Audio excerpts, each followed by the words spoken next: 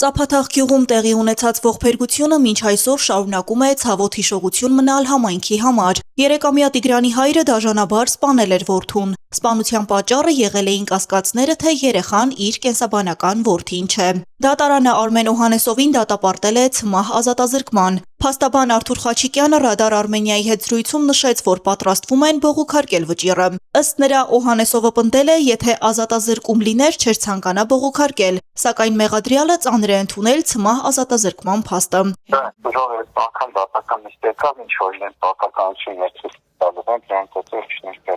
Կատարվածից հետո ընտանիքում մնացած երեխաները ժամանակավորապես տեղափոխվել էին երեխաների պաշտպանության կենտրոն, սակայն որոշ ժամանակ անց վերադարձել են տուն իրենց մոր մոտ։ Ռադար Արմենիայի հետ զրույցում Ծափաթաղի վարչական ղեկավար Դավիթ Գզողյանը մանրամասներ պատմեց ընտանիքի այժմյան վիճակից։ Ֆինանսական առումով ինչով կարողանում ենք օգնում ենք, ասենք ասեմ, ամենայն դեպս սովորած չեն, շորերն ունեն, հագնվում են երեխաները, հոգեբաններ եւ տմակի հոգեբանն եկել աշխատել եւ իրանց են ճամբարը տարել հոգեբանները երեխաների հետ աշխատում են։ Համայնքի ղեկավարի խոսքով թե ինքը, թե գյուղացիները ժամանակ առ ժամանակ այցելում են ընտանիքին։ Երեխաները փորձում են վերադառնալ իրենց բնականոն կյանքին եւ հաճախում են դպրոց։ 3-4 փոքր տղային Երևան էր տարել հաշմանդամության կարգ են ուզում հանեն, ինչ-որ ուսումնասիրություն պետք է անեին բժիշկները։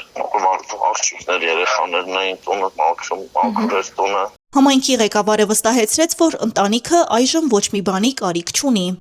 Լիլիթ Աբրահամյան, Ալվարդ Բաղդասարյան, Ռադար Արմենիա։